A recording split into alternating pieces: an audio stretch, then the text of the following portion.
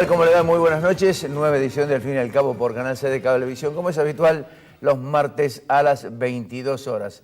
Han pasado tantas cosas en el transcurso de estos días, y inclusive hoy mismo, que sería imposible abordarlos a todos juntos, pero mencionemos algunos de la tragedia de Orlando, que ha sido realmente un desastre, prácticamente lo ocurrido precisamente en Estados Unidos. Pero aquí en la Argentina tuvimos un Melconian diciendo que tiene toda la plata en el exterior y que va a ver si la trae o trae la de él y no la de los hijos. La confrontación del Papa nuevamente con el gobierno nacional por una donación, la ley ómnibus que se está por sancionar, de algo de eso vamos a hablar, los bolsos de José López, el ex secretario de Julio De Vido, que los tiró a un convento donde había unos cuantos millones de dólares, Rolex, joyas, armas. No se privan de nada, es decir, por ejemplo, el premio a Vudú, mérito a ser un patriota. Tenemos entendido de que los herederos de Al Capone están reclamando exactamente lo mismo en los Estados Unidos. Y después la audiencia del ex batallón 141. Todo esto ha ocurrido en estas horas, pero de lo que vamos a hablar hoy es de la inflación, con Alfredo Blanco como es habitual. Vamos a hablar del blanqueo, si es lícito o no. Es lícito, me decía Alfredo, porque hay una ley. El asunto es si es legal o legítimo. Con eso, con el licenciado José María Farré, destacado analista tributario de nuestra provincia. Con él vamos a abordar precisamente el tema de blanqueo y moratorias. Nos acaban de anticipar que el gobierno municipal acaba de declarar una moratoria al 31 de mayo, hace pocas horas nada más. Y finalmente vamos a hablar de política nacional con el doctor en Historia, el licenciado además en Historia en la Universidad de Madrid, César Cach. Auspicios, cuando regresemos, la economía con Alfredo Blanco. Auspicia, al fin. Monsanto ayudamos al campo a producir más alimentos cuidando los recursos naturales. Entrá a Descubrir Monsanto y sé parte de la conversación. OSDOP, la obra social del docente privado. Colector, junto a Rentas, trabajando por el futuro de los cordobeses. Inversia. Cooperativa Horizonte. El Consejo de Ciencias Económicas. Red de concesionarios, Pauni Sanelo. Estudio Jurídico Nagi. Cotreco. Universidad Tecnológica Nacional Regional Córdoba. Fabicur Ixa. Defensor de los Derechos del Niño. Instituto Uldon. Si todavía no tenés tu cordobesa, solicitala ya en nuestras sucursales.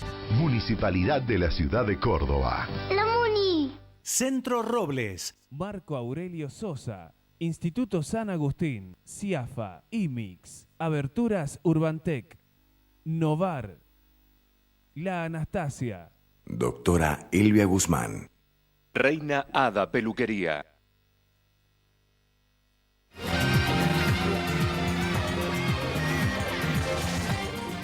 Economía, inflación y otros detalles. Alfredo Blanco y sus auspicios.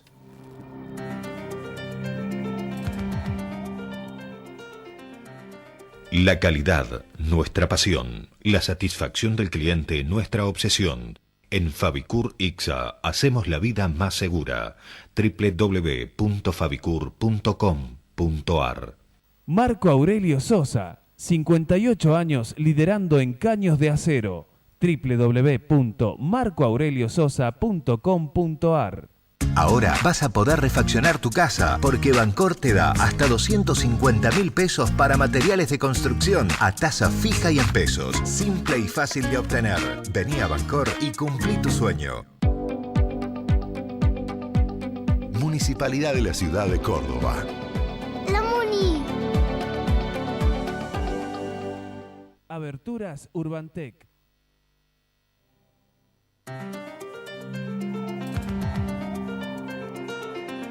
¿Qué tal? ¿Cómo estás, Ricardo? Bueno, impresionado por la introducción que hiciste. Son detalles, son información. Esto es información como... Son realmente como se dice, tremendas. ¿no? A propósito de esto de Juan José López, que de casualidad creo que lo han agarrado con todos esos bolsos con dinero. Y no va a faltar quien diga, así como se dijo cuando salió el video de la Rosadita, y es gente contando plata, Sí. van a decir, y es gente tirando dólares. Claro, Nada más. claro. Parece que también había singular. otros cuantos que iban, Julito Devido, Que iban de visita. Scioli, eran varios los que iban ahí. Al Sí, en convento realidad a regalar. es un poco frustrante ver todas esas noticias. Muy ¿no? frustrante. Bueno, pero vamos a lo nuestro, que anunciaste recién. Vamos a hablar de la inflación. Mañana se va a conocer el índice de precios de mayo, elaborado por el INDEC. O sea que vamos a tener nuevamente un índice de precios. Seguramente habrá alguna discusión sobre eso, pero vamos a volver a tener un indicador esencial para poder evaluar los resultados de la política económica, porque hasta ahora son todos sustitutos, o el de la Ciudad de Buenos Aires, o el de San Luis, o el promedio de las consultoras, etcétera. En lo que existe obviamente acuerdo es que la inflación está siendo un poco más difícil de domar de lo que el gobierno creía. Y hagamos una consideración sobre el índice de precios. El índice de precios que se va a conocer mañana es un índice de precios que básicamente lo que hace es, se determina una canasta de bienes y se va viendo cómo evoluciona el precio de esa canasta a lo largo del tiempo. Y entonces se compara esa canasta del año base con los precios del año base con los precios de la actualidad, ¿no? Si en la actualidad el índice me da 105 y en el año base era 100, entonces tengo 5% de inflación. Hago esta aclaración porque estos índices, como el IPC, el índice de precio del consumidor, es un índice de canasta fija, es decir, se establece una canasta y se sigue a lo largo del tiempo la evolución de sus precios. Esto tiene algunas dificultades, y la dificultad es que la canasta puede quedar desactualizada.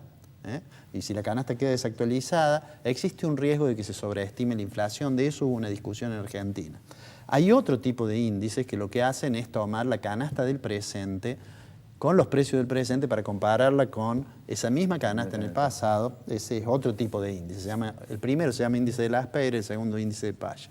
Pero al margen de esta, cuestión técnica y de otros índices que hay que tratan de resolver estos problemas, me parece que es auspicioso que volvamos a tener un índice de precios. Porque cuando en enero del 2007 se resolvió modificar la forma en que se capturaba la información de medicina prepaga y de turismo, y se comenzó a manipular el índice, en realidad el daño más importante no solamente fue que se engañaba con el índice, que eso tenía otras consecuencias, como es mostrar que la economía crecía más de lo que crecía, porque estaban dando una inflación que era más baja.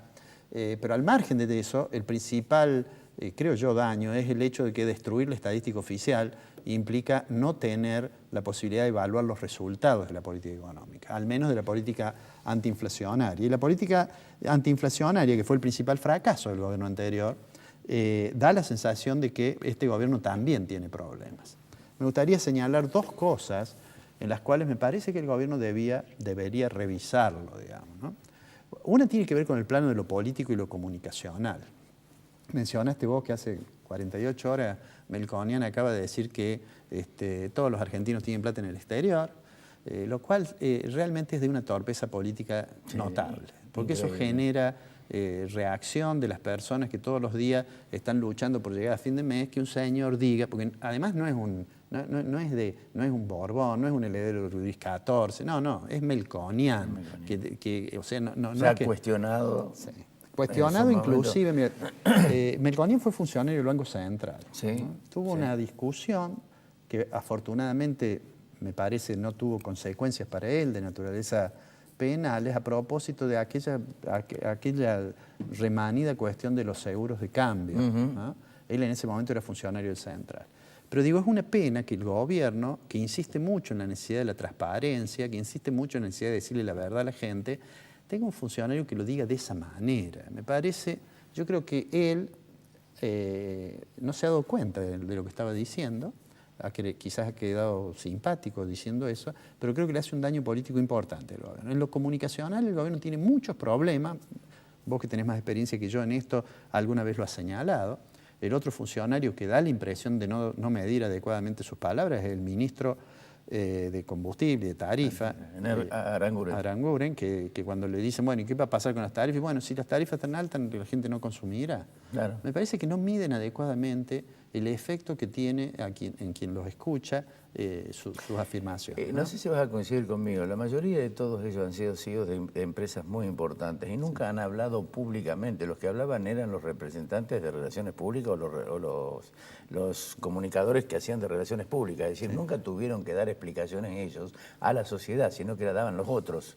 Y me da la impresión de que ahora la misma torpeza los está llevando a cometer errores que son insalvables y que le cuestan mucho al gobierno de Macri. Sí, yo creo que tiene un idas y costo. vueltas. Creo que tiene un costo en términos políticos importante ese tipo de cosas. Pero además de eso, creo que se ha subestimado el impacto que tenía el imprescindible reajuste tarifario y reducción de subsidios. Se subestimó el impacto que tenía sobre los ingresos reales de la población, al menos de algunos sectores, digamos, los sectores más castigados por esto. Y en relación a la política o al problema de inflación, nosotros dijimos aquí ya hace varios programas que el segundo semestre seguramente íbamos a tener un escenario más halagüeño que el primero, pero que no había que esperar tampoco cambios tan drásticos. En relación a la política antiinflacionaria, el gobierno, creo yo, ha confiado mucho en la política monetaria, en el Banco Central. Sí. Y creo que no está probado que sostener la tasa de interés tan alto vaya a tener éxito en materia inflacionaria, porque la presumible reducción de la tasa de inflación es más consecuencia de caídas en el consumo que de la tasa de interés tan alta, que en todo caso le pega al nivel de actividad y que en todo caso tenía sentido en una primera etapa cuando se unificaba el mercado cambiario para evitar posibles riesgos que hubiese cambios en portafolio y se fueran al dólar, pero ahora no da la impresión de que sea necesario sostener primero, una el tasa dólar de no se va porque está planchado. No, el dólar no se va. La estrategia de esterilizar dinero es necesaria porque el gobierno parece que tiene alguna dificultad para avanzar en resolver la cuestión fiscal. Ha tenido que tomar algunas medidas que suponen un costo fiscal, lo cual demora la posibilidad de mejorar las cuentas públicas, ¿no? De todos modos, creo que el segundo semestre, así como dijimos ya hace varios meses que los que creían que después de la unificación cambiaria llovían dólares, tenían que cambiar el servicio meteorológico. Me acuerdo que dijiste eso. Claro, yo digo, en el segundo semestre vamos a tener una situación un poco mejor. De hecho, se ha conocido esa inflación que se llama Congreso, que es una media simple de un montón de indicadores. Pero existe algunas versiones de que cuando se conozca el índice de precios de la Ciudad de Buenos Aires y el de San Luis, para, digamos, estos índices sustitutos, el gobierno se va a encontrar con que la presumible reducción de la tasa de inflación no es tal. Si eso fuera así, va a ser un problema, porque desde el punto de vista de la estrategia del gobierno, está bien diferir a lo mejor algunos meses el momento en que se va a reactivar la economía. Antes se decía va a ser el segundo semestre, ahora se empieza a decir a lo mejor es el último trimestre o el primer trimestre del 2017, pero el tema de inflación obviamente es un problema que no se puede, digamos, el gobierno no va a poder sostener una tasa de interés como la que hoy tiene Argentina mucho tiempo, y además la economía no funciona si la tasa de inflación es 40% por año. De manera tal que va a tener que allí asumir, digamos, alguna responsabilidad del gobierno para morigerar la tasa de crecimiento de los precios, que yo creo que hay que buscar más que nada por el lado fiscal, más que por la dureza monetaria o la tasa de interés alta. Me parece que la cuestión fiscal, que por supuesto es compleja, viene un poco demorada y eso probablemente explica que sea tan rebelde la inflación. El gobierno anterior eligió en un momento dado no ver que había inflación y así terminó. Este gobierno es consciente que la inflación existe, lo que hace falta es que tome algunas medidas conducentes a reducir esa tasa de inflación, ¿no? Creo que uno de los errores del actual gobierno es decir, yo aumento las tarifas y en realidad tengo un mes un salto y después no, eso que se ha empezado a llamar la inflación subyacente versus la inflación de ese ajuste. Eso es un error, porque en realidad yo modifico el precio del gas y seguramente del gas natural comprimido y seguramente eso va a terminar yendo a través de las vinculaciones del transporte a todos los productos, ¿cierto? Sube el transporte, digamos, afecta la estructura de costos de muchos productos. Me parece que en eso el gobierno ha subestimado el efecto que tenía el reajuste necesario de tarifas sobre los ingresos reales de la población y en segundo lugar me parece que subestima los efectos que por los encadenamientos que tiene la actividad de los servicios públicos impacta sobre la estructura de costos de toda la economía. ¿Te quedás? Hablamos con José María Ferrer. Vamos a hablar con que por otra parte es uno de los tributaristas más importantes de la Argentina. Por eso digo, ya volvemos.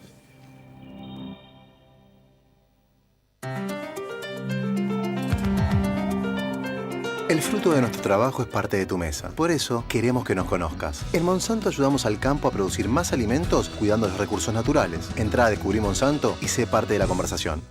OSDOP, la obra social del docente privado y su familia, informa a sus afiliados que las 24 horas del día, los 365 días del año, tienen a su disposición el servicio telefónico 0810-122 OSDOP para solicitar información, realizar sugerencias, efectuar consultas y presentar reclamos.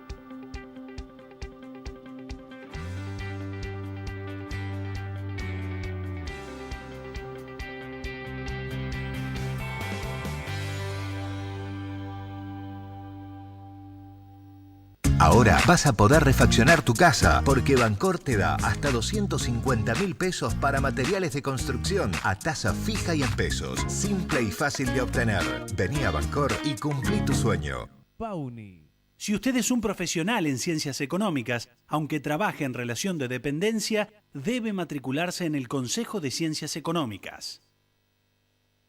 Universidad Tecnológica Nacional, Facultad Regional Córdoba. Más de 60 años comprometidos con la ingeniería. Estudio Jurídico Nagy. Contactos al teléfono 428-3480. Defensor de los Derechos del Niño. 0351-428-8888. www.eldefensorcordoba.org.ar.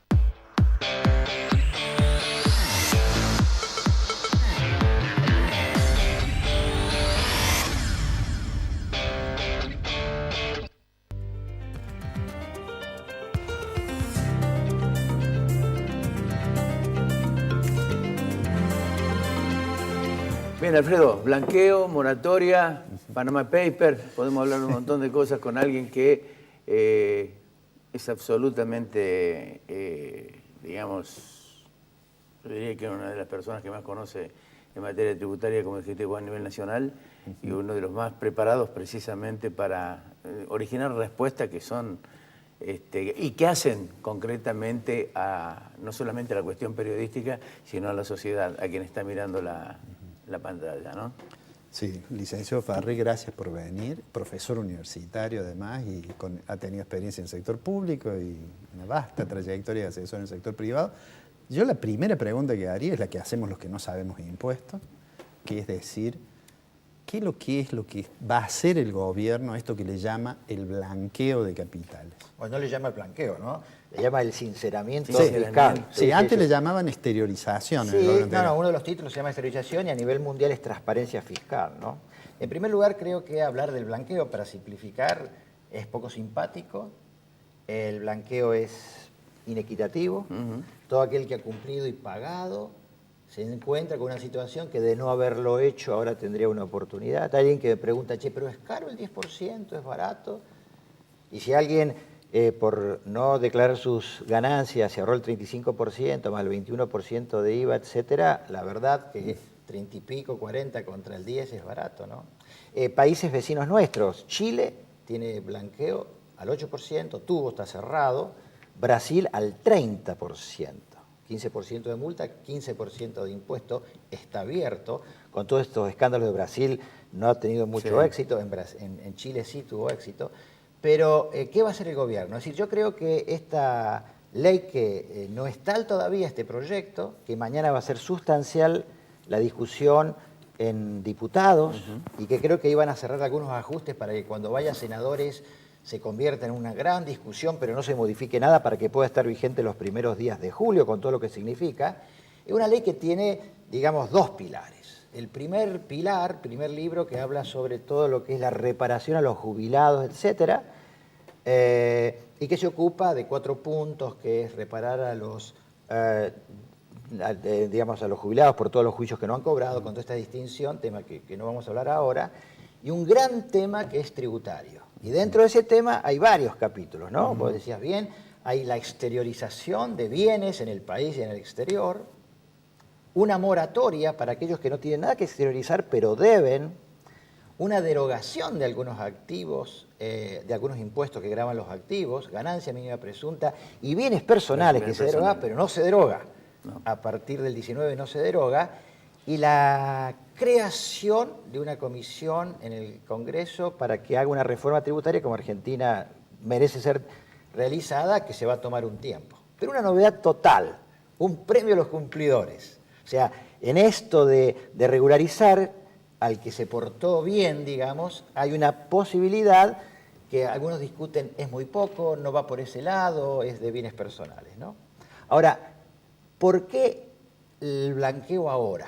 Yo creo que hay dos tipos de razones, algunas que son exógenas, fuera de Argentina, y otras que son endógenas, que obedecen a cosas del país.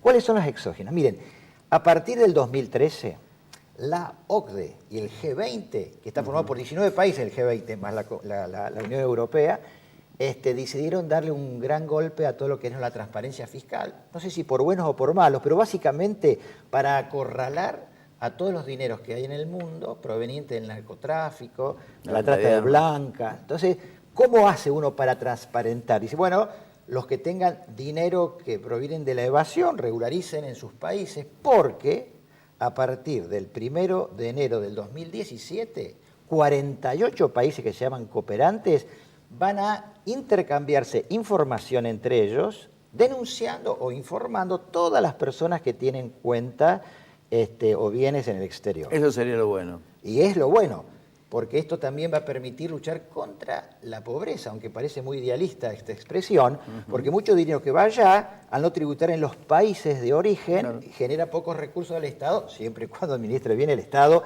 y vaya a solucionar problemas Entonces, primera variable exógena, acuerdos internacionales de transparencia fiscal e intercambio automático de información. Hoy Casanelo tiene que ir a Suiza, viajar a Suiza, pedirle un juzgado. Ahora esto va a ser, venga la información y va la información. Argentina, a partir del 1 de enero de este año, la DGI, la FIP, está recolectando información para suministrarla a los otros países. ¿De quiénes? De los no residentes que depositen en Argentina. No creo que haya muchos, pero digamos, eso está ocurriendo. La segunda razón, me preguntan, pero ¿y qué va a pasar? ¿Y Estados Unidos va a colaborar?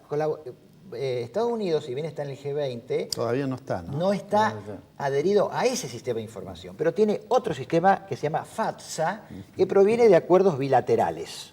Entonces, como eso no sabe cuándo va a ocurrir, con Argentina no lo tiene, pero si levanta el tubo Macri, le habla a Obama antes que se vaya el 2 de enero, etcétera, puede ocurrir. Porque, ¿qué pasa? Estados Unidos tiene dos estados que se llama Delaware y Dakota del Sur, donde algunos dineros que están saliendo, huyendo de Suiza, por ejemplo, van allá porque tienen el secreto fiscal. Pero Estados Unidos puede levantar ese tipo de cosas.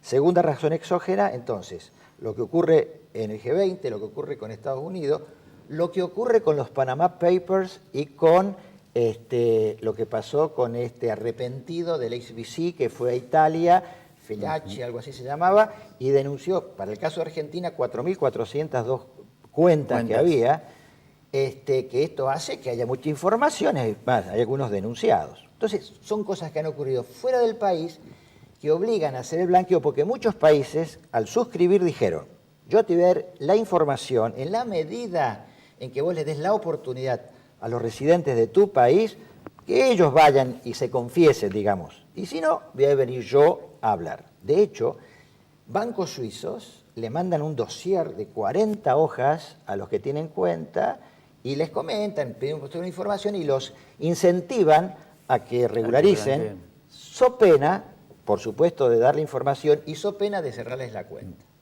¿Cuál es la información o los hechos internos? El país, para hacer frente al tema de los jubilados, necesita muchos fondos, que vos sabés que no solamente se producen de una sola vez, como es la recaudación del blanqueo, sino que después requiere de una continuidad que será del Fondo de Sustentabilidad, etc.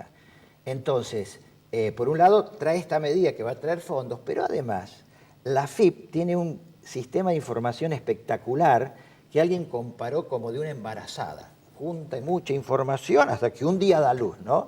De hecho, muchos lo sufren porque les informan, nos vimos en las inspecciones tributarias cuánta información.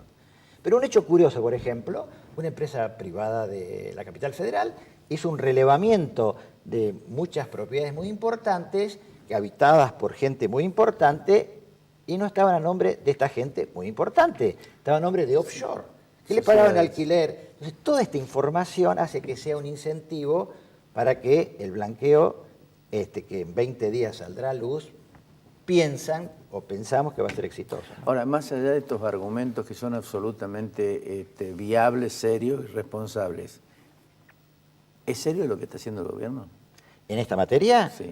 No, yo creo que pocas veces en mi historia profesional he vivido 4, este es el 5º blanqueo, ¿no? Hablo de 1976 a la fecha. Y debe ser uno de los que están mejor escritos, si bien hay 5 puntos que yo, sobre todo para las pymes, me preocupan que no estén contemplados, y mucho me preocupa, y lo he hecho saber en la medida que he podido canalizarlo, digamos, está muy bien pensado porque permite blanquear o regularizar no solo moneda extranjera, que es lo que conoce el 90% de la población, sino otros bienes. ¿Qué otros bienes? Inmuebles, créditos. Por ejemplo, cuando uno compra lotes que no hay posesión, es un crédito, no es un inmueble, no tiene escritura, no tiene, digamos, la posesión quien lo detenta la compra, eso es un crédito. Se pueden blanquear esos créditos, se pueden blanquear rodados, cualquier bien puede ser regularizado. Entonces yo creo que desde ese punto de vista, digamos, se mantiene atractivo porque permite regularizar y también permite lo que se llama una cosa que se copió de algo que existió en el año 1994 que se llama el tapón fiscal. Si hay alguien que tiene todo bien, va a obligar esta ley a que, amén de haber presentado su declaración jurada, ratifique todos los bienes que tiene. Y si no entra en el blanqueo, la DGI no va a poder investigar nada para atrás por este sinceramiento fiscal que hay. Así que creo que es importante, tiene fechas determinadas, alícuotas determinadas, más gravosas si uno lo hace durante el año 2017, menos si lo hace hasta el 31 de diciembre del 16. Se logró, digamos, en el dictamen del Congreso, de la Comisión de Presupuesto de Hacienda, de que se excluyeran, el gobierno cuando manda el proyecto se autoexcluye, el gobierno nacional, y deja abierto a ver cómo actúan los legisladores y demás con el resto de los poderes.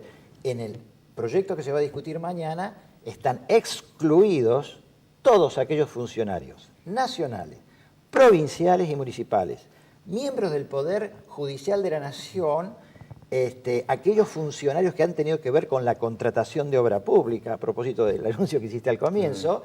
Por lo tanto, estos son los que por razones funcionales no pueden blanquear. Y quedan otros que son los que tengan sentencia firme en materia penal o estén procesados, en fin, no vamos ahora a detenernos en aspectos técnicos, pero bueno, yo noto muchísimas consultas de gente que bueno, viene a preguntar, por lo menos. Me da la impresión, no sé si van a coincidir ambos, me da la impresión de que el factor exógeno es el más importante de todos, que de alguna manera habilita la posibilidad de que este blanqueo sea un éxito. Pero además, Ricardo, cuando uno blanquee, no tiene que traer los fondos al país, No, lo dejan en el exterior. lo dejan en el exterior. Por eso, pero bueno, Lo dejan en el exterior. regulariza la situación.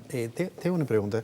¿Por qué razón los anteriores, de esos 5 que has vivido vos, digamos, los 2 últimos, da la impresión de que no tuvieron éxito? ¿Cuál es tu visión de eso? Bueno, primero voy a tomar el último de los sedines, porque bueno, eso que no tenía ninguna recaudación para el fisco y que recaudó cerca de 2.500 millones, no recaudó nada, simplemente significó exteriorizar, pero era una manera de que solamente estaba dirigido a que uno adquiriera un título que lo podía aplicar para la compra de inmuebles, pero hubo desde el punto de vista... una cosa muy importante, que es este blanqueo, digamos, ¿qué se blanquea?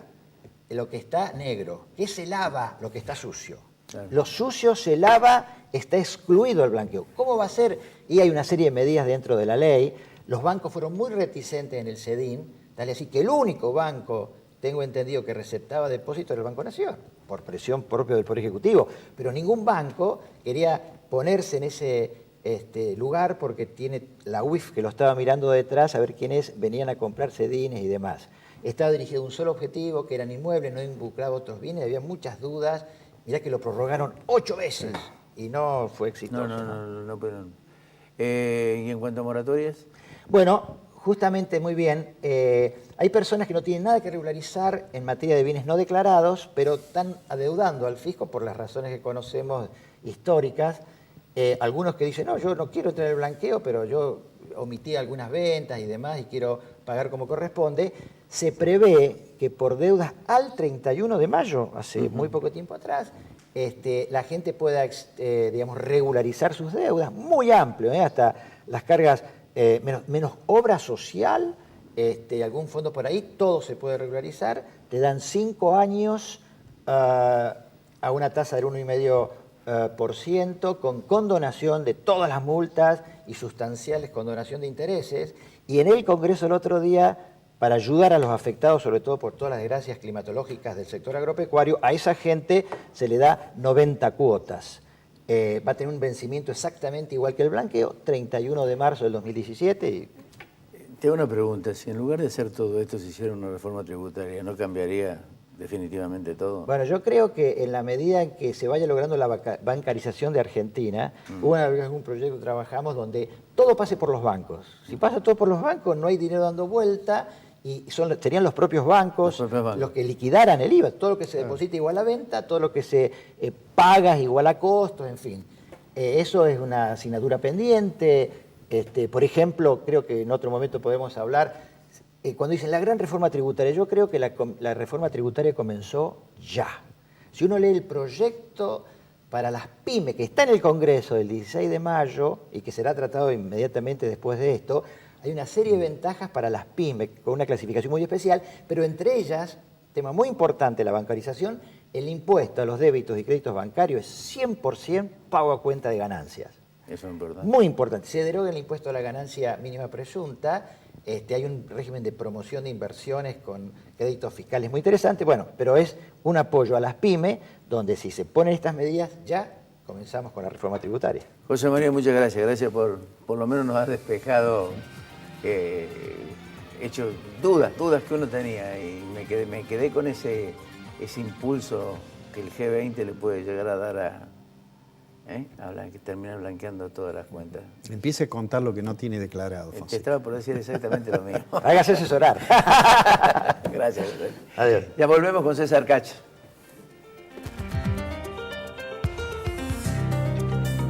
La calidad, nuestra pasión. La satisfacción del cliente, nuestra obsesión.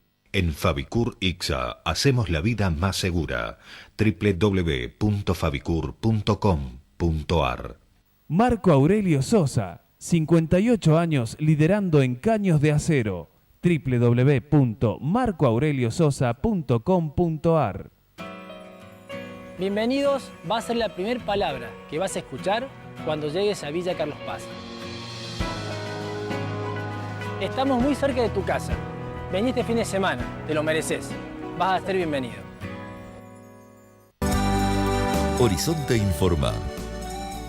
Hoy, Cooperativa Horizonte adjudica la vivienda social número 10.000 sin depender de créditos ni subsidios. Horizonte, los pies sobre la tierra. Inversia Mediterránea de Inversiones, SRL. Instituto San Agustín, IMIX, CIAFA, Sistema de Autorización y Provisión de Medicamentos Oncológicos, certificación normas ISO 9001. Seguimos trabajando por la ciudad que queremos. Municipalidad de la Ciudad de Córdoba. ¡La Muni! Colector, junto a Rentas, trabajando por el futuro de los cordobeses. Hola, soy Cotrequito. Quiero darte unos consejos. No arrojes residuos en la calle. Usa los cestos papeleros. No tires residuos en terrenos baldíos. Y los días feriados no saques la basura. Recordá que mantener esta ciudad limpia depende de todos. Ciudad limpia, ciudad mejor. Cotreco, higiene urbana. www.cotreco.com. Aberturas Urbantec, tecnología alemana, producción argentina. www.urbantec.com.ar. Centro Tomografía Computada Córdoba Sociedad Anónima. Instituto Ulton, líder en diagnóstico por imágenes. Primer instituto de cirugía ambulatoria mínimamente invasiva del interior del país. Avenida Vélez Arfiel 562, Córdoba, Argentina. Teléfono 0351 426 7700.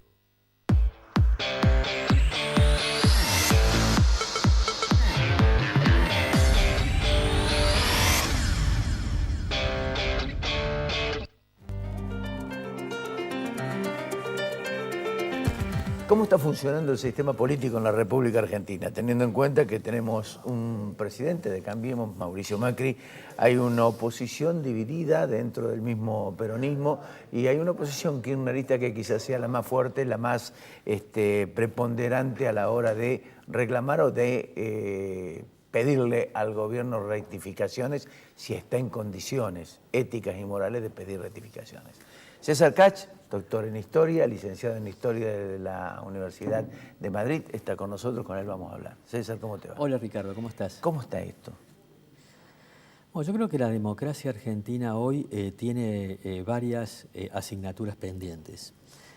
Una es que hasta ahora lo que hemos vivido desde el 83 hasta hoy es un régimen democrático de alternancia incompleta, ¿no? De alternancia imperfecta. ¿Por qué? Porque ningún gobierno no peronista logró concluir su mandato. De hecho, si se pudiese romper con esta característica que el sistema político ha tenido desde el 83 hasta hoy, sería un gran avance. Mira, Ricardo, ayer estaba leyendo una encuesta en la cual se le preguntaba, una encuesta realizada por la Universidad de San Martín, en la cual se le preguntaba a quienes eran sujetos de la encuesta, con qué posición ideológica, política se sentían identificados. Para eso había una escala de 1 a 10, en que 1 era la extrema izquierda, 10 la extrema derecha, 5 el centro. El 65% de los encuestados elegían el 5, es decir, el centro. Y el 80% entre el 4 y el 6, es decir, entre la centro-izquierda y la centro-derecha. Eso quiere decir de que en alguna medida podemos decir que la grieta es también una sensación, ¿no? O sea, digamos, es una realidad en determinados sectores, en minorías intensas, pero que no abarca necesariamente a la mayoría de la gente. Viendo hoy la situación de los partidos, creo que el mejor escenario que podemos tener en el futuro inmediato sería una fuerza de centro-derecha que lidera el PRO, un espacio de centro-izquierda en el cual se podría incluir al radicalismo, sectores del radicalismo y grupos como el de Margarita Stolbizer, y una tercera fuerza, que sería el peronismo, con vetas de izquierda y de derecha. Ahí la gran incógnita es el rol que va a jugar el cristinismo. Si se va a incluir dentro de ese espacio mayor o si va a jugar como una fuerza minoritaria junto con otros partidos. Ahora, la importancia de la institucionalidad en este marco, ¿cuánto de significado tiene? ¿Y cuánto se ha recuperado, si se ha recuperado algo de la pérdida que tuvo durante los últimos 12 años o 12 años del kirchnerismo? Bueno, el Parlamento está funcionando mejor. No, el Parlamento funciona mucho mejor, hay más diálogo, pero yo diría que, no sé si vas a consentir en esto, es circunstancial. Me parece que en la medida que se va acercando el 2017, las presiones van a ser mucho mayores, el consenso va a ser mucho menor y, digamos, las actitudes van a ser totalmente diferentes. Sí, en realidad conspiran contra la institucionalización factores muy diversos, ¿no? Pueden conspirar los gobiernos, pero también pueden conspirar factores externos a los gobiernos, ¿no? Por ejemplo, cuando cuando el Papa Francisco se reúne con jueces, eso también afecta los mecanismos institucionales de la democracia representativa, ¿no? Claro. Pero sin lugar a ¿Vos dudas... concebís esa reunión del Papa con jueces? Bueno, con el juez Casanelo más precisamente, que es el que tiene... Las causas más importantes. Las causas más importantes.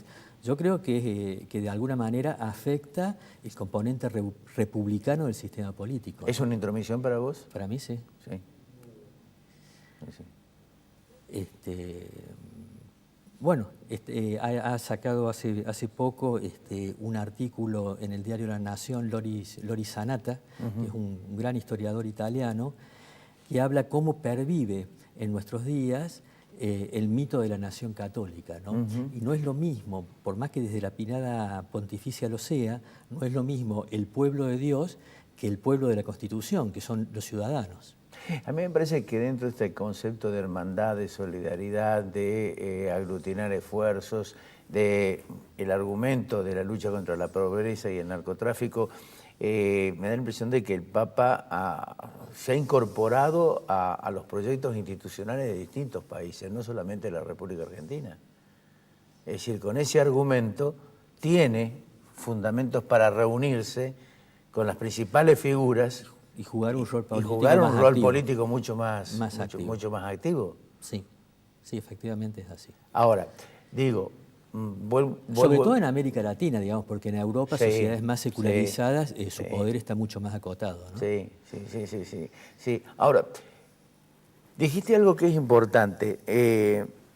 Se va recuperando la institucionalidad, por ejemplo, en el Poder Legislativo, se va arrimando mucho también al poder Ejecutivo, por la relación del Poder Ejecutivo con distintos temas del Poder Legislativo.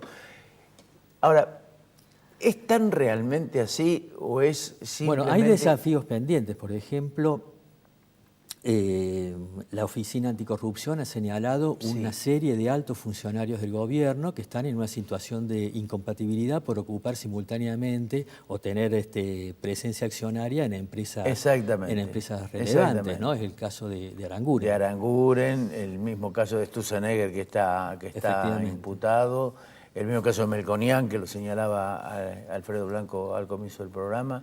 Digo, son señales concretas. Ahora, en ese marco, lo importante, digamos, es cómo se revela la actitud de la justicia. Es decir, no es que haya una justicia nueva, la justicia fue siempre la misma, sino que estuvo acotada y amordazada por motu propio y también por presiones del gobierno anterior para poder actuar en consecuencia, ¿no? Sí, digamos que ahí lo que puede servir de contrapeso es la opinión pública, ¿no? La opinión de la gente acerca del comportamiento de los jueces, ¿no? La gente también... Es decir, se ha difundido mucho en los últimos años la idea que es la prensa quien determina la opinión pública.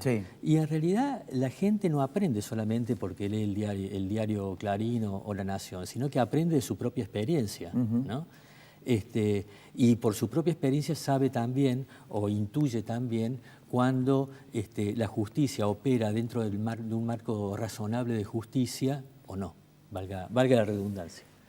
¿Vos ves que esta justicia puede provocar un cambio fundamental o digamos, se puede dar un cambio fundamental o sigue, digamos, aprisionada por herencia ya recibida? Hablo específicamente del Ministerio Público con Gil Carbó y todo el orden de fiscales que evidentemente tienen de alguna manera implicancia o relacionado o designaciones que provienen precisamente del poder político anterior.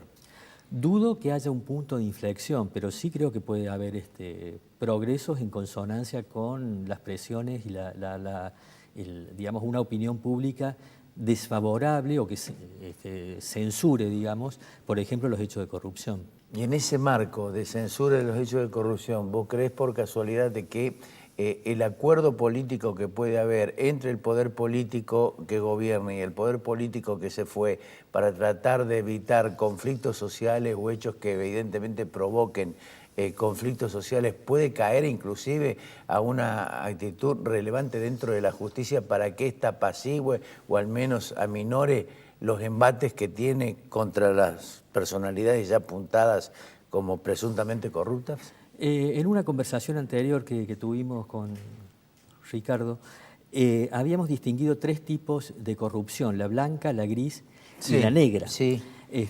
La blanca era aquella que es consentida socialmente, Sí. no tanto por las élites como por los sectores populares.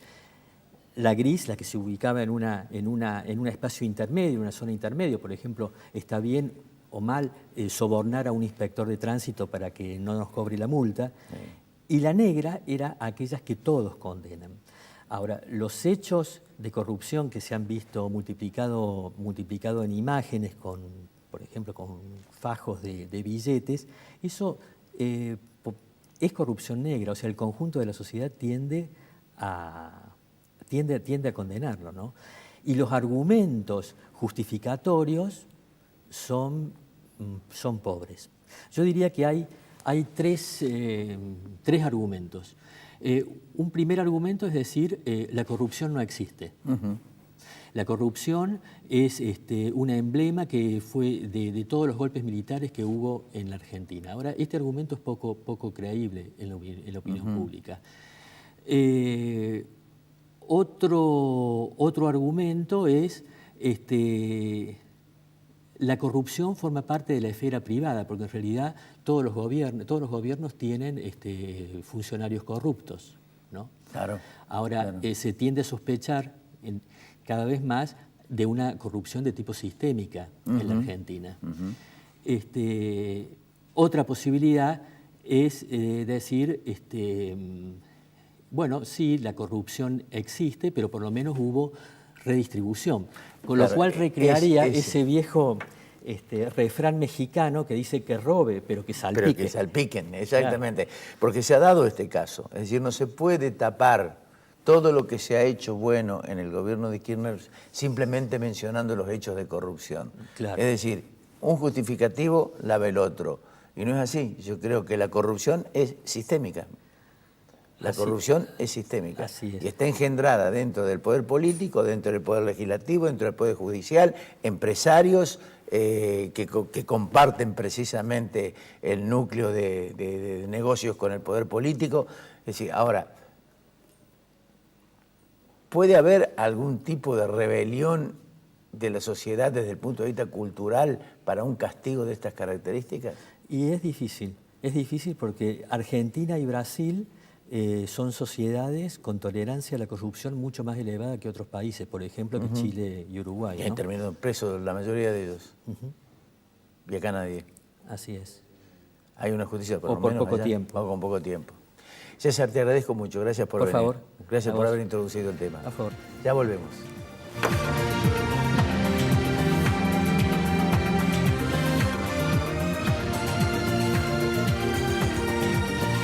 La Anastasia, buena comida. 24 de septiembre, 1035, Barrio General Paz.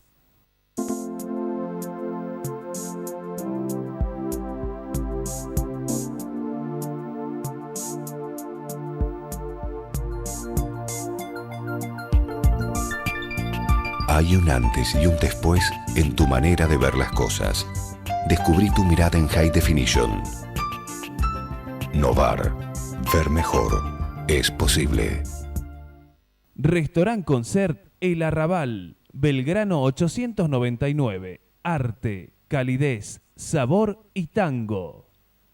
Reina Hada Peluquería. Uriel Gacero, fisioterapeuta, kinesiólogo. Centro Robles, un centro integral de diagnóstico cardiológico no invasivo. La Rañaga 94, segundo piso, 0351 460 1400 o 460 1700. Taller Alam, chapa y pintura, automóviles nacionales e importados. Mariano Benítez, 1794. Teléfono 474-1330.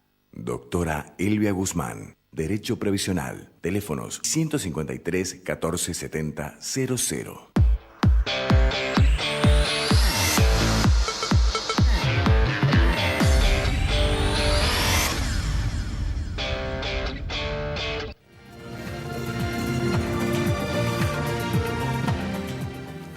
Bien, quiero hablar de algo en particular porque uno de los hechos más oprobiosos que ha ocurrido en la provincia de Córdoba, que se ha concretado concretamente con la impunidad, la complicidad política, empresarial y judicial, se está resolviendo por estas horas.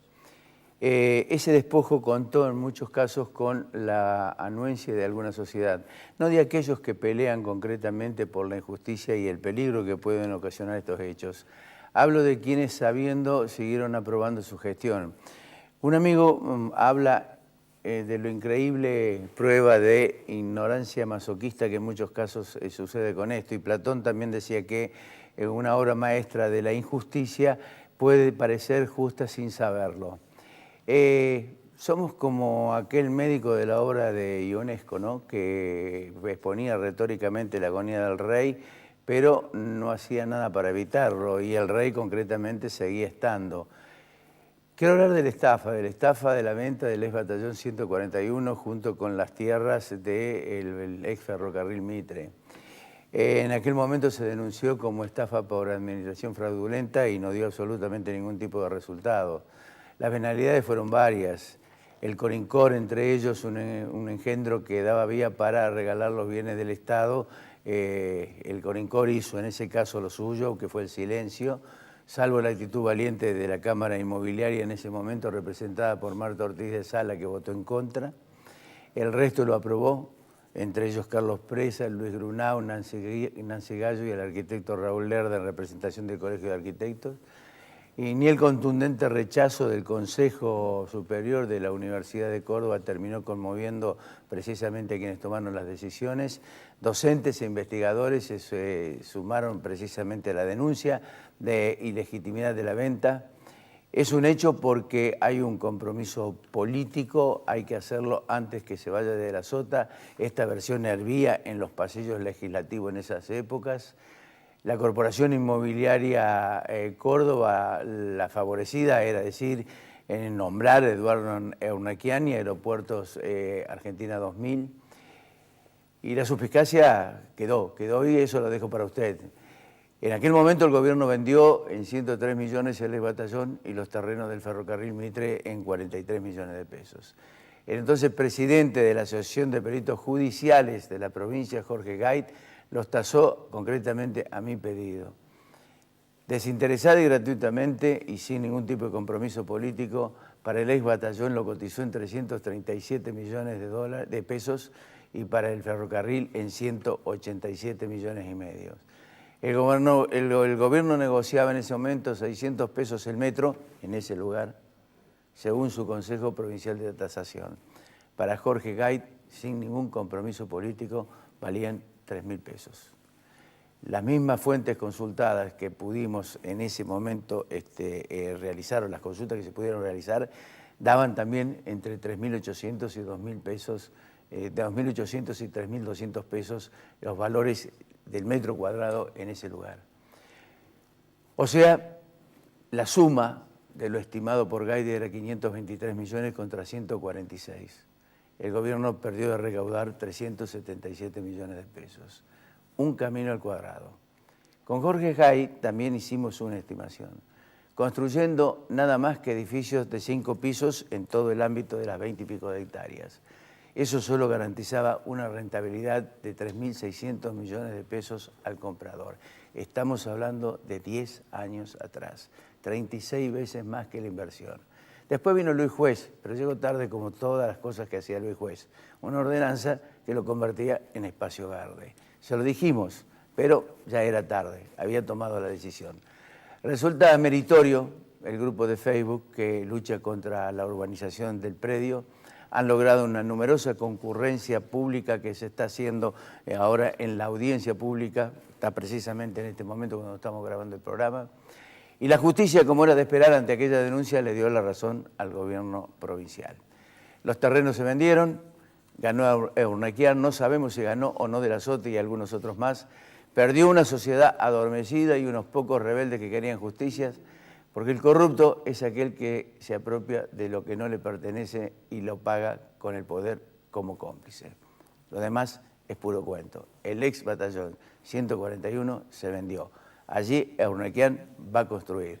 En aquel momento eran 3.600 millones de pesos. Hoy no podemos estimarlo. pero la ganancia existió. Los terrenos se vendieron a un precio que no correspondía a nuestro juicio, las tasaciones fueron determinantes y eso evidentemente puso en evidencia un fraccionamiento total y absoluto entre lo que significa hacer y lo que significa realizar. Por eso decimos, lo demás es puro cuento. El batallón ya está vendido, las audiencias seguirán, pero Urnaquian va a construir. Hasta la semana que viene.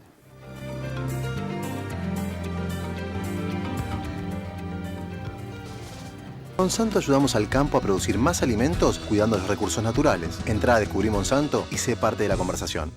OSDOP, la obra social del docente privado. Colector, junto a Rentas, trabajando por el futuro de los cordobeses. Inversia. Cooperativa Horizonte. El Consejo de Ciencias Económicas. Red de concesionarios Pauni Sanelo. Estudio Jurídico Nagi. Cotreco. Universidad Tecnológica Nacional Regional Córdoba. Fabicur ICSA. Defensor de los derechos del niño. Instituto Uldon. Si todavía no tenés tu cordobesa, solicitala ya en nuestras sucursales. Municipalidad de la Ciudad de Córdoba. ¡La Muni! Centro Robles. Marco Aurelio Sosa. Instituto San Agustín. CIAFA. IMIX. Aberturas Urbantec. Novar. La Anastasia. Doctora Elvia Guzmán.